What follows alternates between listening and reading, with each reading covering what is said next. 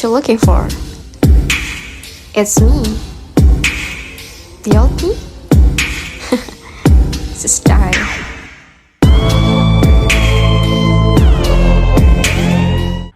Baik, Assalamualaikum warahmatullahi wabarakatuh. Saya akan menguji statistik lanjutan tentang menguji kolom Morab dan statistik diskriminatif. Perkenalkan, nama saya Repki Yolanda dengan NIM 2216050037, Prodi Perbankan Syariah, Fakultas Ekonomi dan Bisnis Islam, dengan dosen pengampu Ibu Fira Agusta, SSI, MSc. Langsung saja dengan soal pertama, yaitu menguji apakah distribusi data nilai statistik dari 30 mahasiswa jurusan statistik normal atau tidak. Berikut data-data nilai statistik dari 30 mahasiswa jurusan tersebut. Dapat dilihat dari PPT yang saya buat. Maka soalnya yaitu, ujilah data di atas dengan menggunakan uji kolom Morab Simirdov dengan membuat langkah-langkah pengujian hipotesis secara urut dan jelas. Langsung saja, setelah dibuat dengan uji sampel kolom Morab, dapat di hasilnya dengan 0,184. Analisisnya yang pertama yaitu hipotesis H0, distribusi populasi mengikuti distribusi normal. Yang kedua H1, yaitu distribusi populasi tidak mengikuti distribusi normal. Selanjutnya pengambilan keputusan dasar. Keputusan berdasarkan probabilitasnya. Jika probabilitas besar 0,05, maka H0 diterima. Jika probabilitasnya kecil dari 0,05, maka H0 ditolak. Keputusannya terlihat bahwa pada kolom Signi 2 Thailand, untuk uji dua sisi adalah 0,184. Karena kasus adalah uji satu sisi, maka probabilitasnya menjadi 0,184 per 2 sama dengan 0,092. Di sini dapat di probabilitas adalah di atas 0,05, maka H0 diterima atau distribusi populasi mengikuti distribusi normal. Selanjutnya soal yang kedua, yang B-nya, yaitu buatlah statistik diskriminatif dan berikan interpretasi rata-rata simpanan baku, nilai minimum dan maksimum dari data di atas. Setelah kita membuat data dari aplikasi SPSS, maka terdapatlah nilai N statistiknya yaitu 30, dapat dilihat dari PPT juga.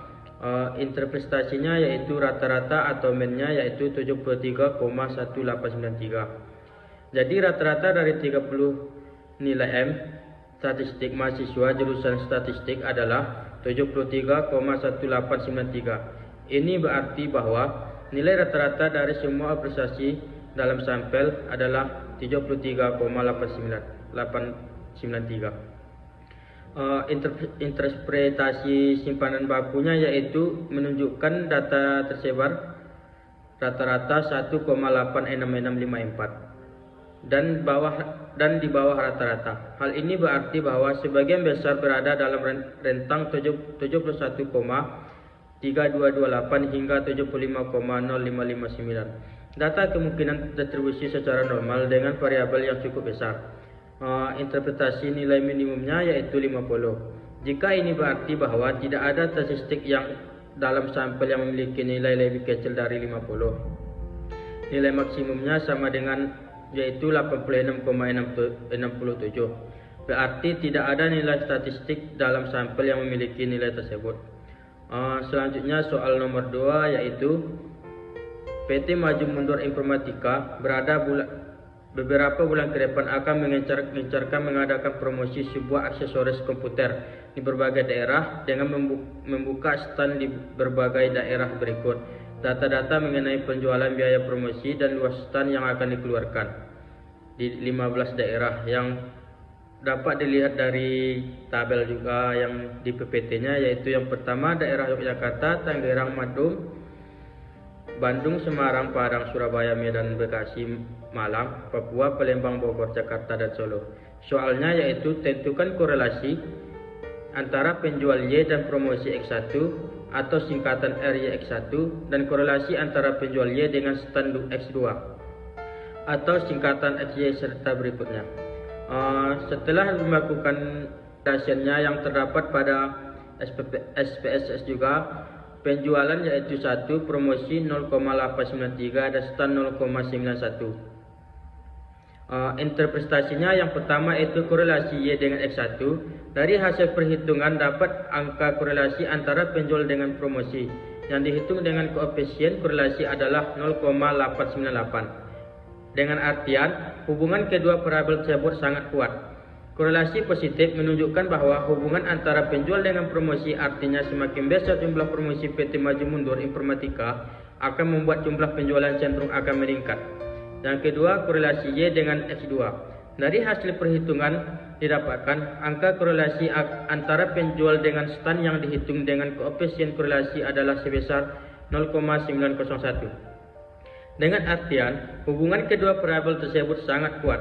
Korelasi positif menunjukkan bahwa hubungan antara penjual dengan stand, artinya jika semakin besar jumlah stand PT Maju Mundur Informatika di setiap daerah akan membuat jumlah penjualan cenderung akan meningkat juga. Selanjutnya soal yang keduanya, soal yang B-nya dari yang soal tadi, tentukan koefisien determinasi R dan berikan interpretasinya. Dapat dilihat dari tabel juga, yaitu R-nya 0,974 dan seterusnya. Interpretasinya yaitu berdasarkan tabel di atas diperoleh nilai koefisien determinasi sebesar 0,949 atau 94,4%.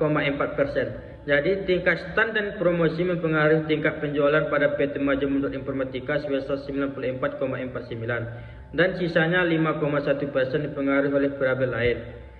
Yang ketiga, buatlah persamaan rekreasi linear berganda atau satuan jualan Rp6 juta, promosi dalam jutaan rupiah dan stand dalam meter kuadrat, dan berikan interpretasinya dengan lengkap, yaitu yang pertama, hanya jika X1 dan X2 nya 0 maka nilai beta 0 sekian dan artinya. Yang B, jika X1 atau biaya promosi naik Rp1 juta maka titik-titik. Yang ketiga, jika X2 atau jumlah stand ditambah 1 meter kuadrat maka titik-titik. Jawabannya yang pertama yaitu dapat dianalisis bahwa untuk penyusunan persamaan garis regresi dari data di atas dapat menggunakan nilai-nilai dari kolom B, yaitu kolom untistik koefisien dari kolom B ini didapat konstan 60,786. Sedangkan untuk nilai koefisien variabel promosi sama dengan 2,238 dan koefisien variabel stand yaitu 0,576.